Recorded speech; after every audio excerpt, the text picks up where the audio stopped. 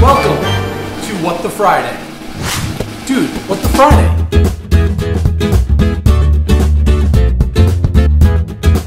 Okay, let's get to it. So first, when we cut wheatgrass, it's very easy to do. You can either use a knife or scissors. I prefer scissors because, you know, any less probability of me cutting myself, I like. And when you cut, you want to just cut as low as possible without cutting the root stem. So I'll just pick one so you see this is what it looks like. It's really amazing because out of this seed grows this piece of grass, but this part, you see how this part almost looks like a bamboo, and this part becomes the grass. So you want to cut like right here onto that grass, and because we're using soil, it will regrow again. I let mine kind of overgrow. You could cut it a lot shorter if you don't want to wait. And we cut our grass, and I like to just give it a quick rinse.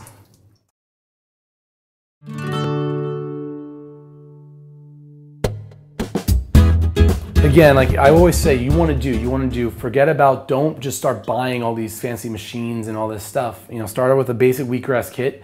And if you don't have a juicer yet, there's a few ways to solve that.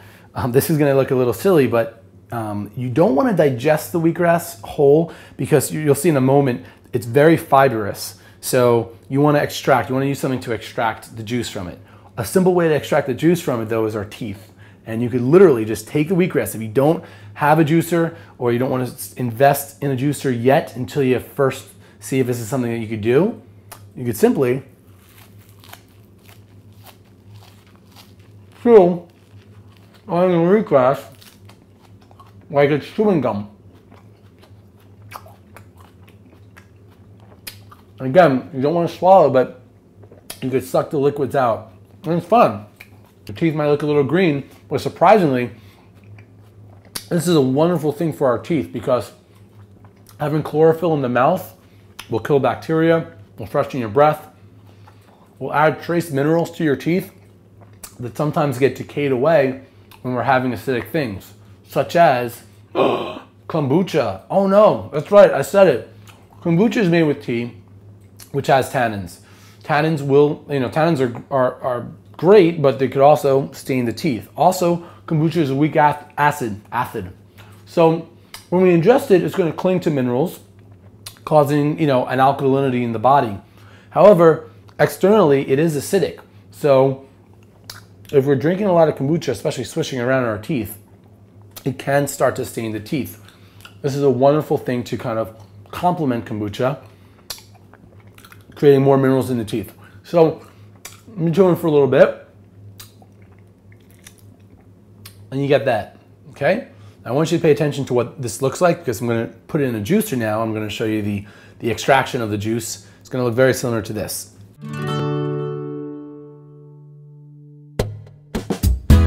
Okay, so let's talk about juicers though. If you have decided to purchase a juicer, I would recommend, especially if you're planning on using both vegetable and fruit juices and wheatgrass juice, an omega juicer or any type of juicer that has, let me show you, this press.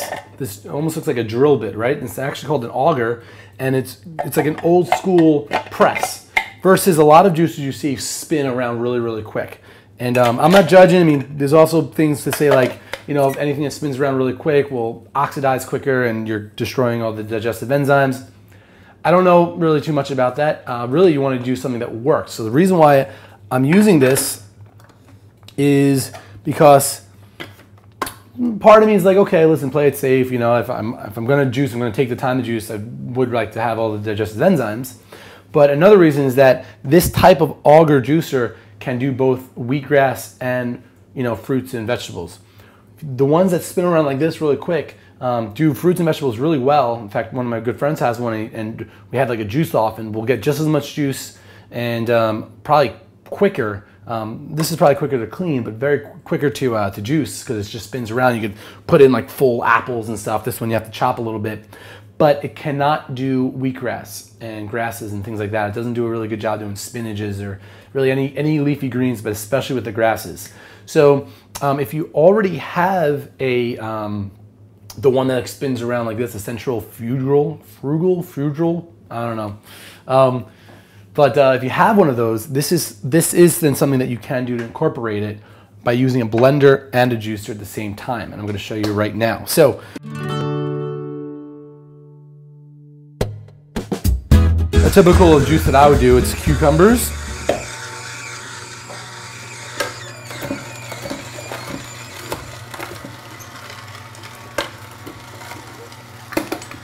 ginger, gotta have ginger, and a little green apple to sweeten it up. And basically the recipe is for one person. I have 1 apple, half of a cucumber, little piece of ginger, and I'm going to throw in some celery and some romaine lettuce in a second. Also, guys, people say like wheatgrass should be enjoyed only by itself on an empty stomach. Clearly, from a digestion point of view, wheatgrass gets absorbed a lot quicker than, let's say, a steak, right? So that would make sense. You probably don't want to have a heavy meal and then have wheatgrass, because your body, you won't get that boom, you know, type of reaction. However, I've never had a problem mixing wheatgrass with other juices. And if that's what it takes, for instance, if I enjoy it on its own, but if that's what it takes to enjoy and make this a part of like a habit, a good habit, then go for it.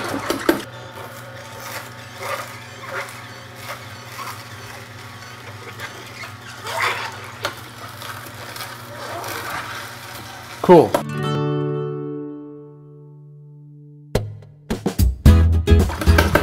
So even though I'm using this machine, we're going to assume that you didn't have an auger machine. You just had one that spun around, and you would still be able to get this far with the juice. Then what you could do is, this is where it gets MacGyver-y,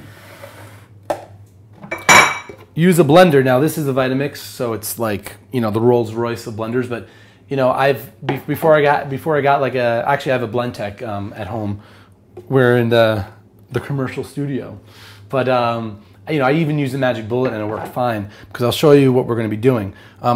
Basically, we have our wheatgrass and we're going to put it in here. Now, you'd never want to blend just the grass, right? You always want to add a little water, but my whole thing was like, well, if we have water, we're going to dilute it, so then let's use this as our liquid instead of just good old-fashioned water. So we add our liquid in. And again, we're doing this, if you do happen to have an omega or something that can do both you know, juices and wheatgrass, by all means, just put the wheatgrass in and go for it, and we'll do that in a second. But I wanted to show you this for those that don't have a separate wheatgrass juicer and happen to have a blender. And we're just going to turn this on.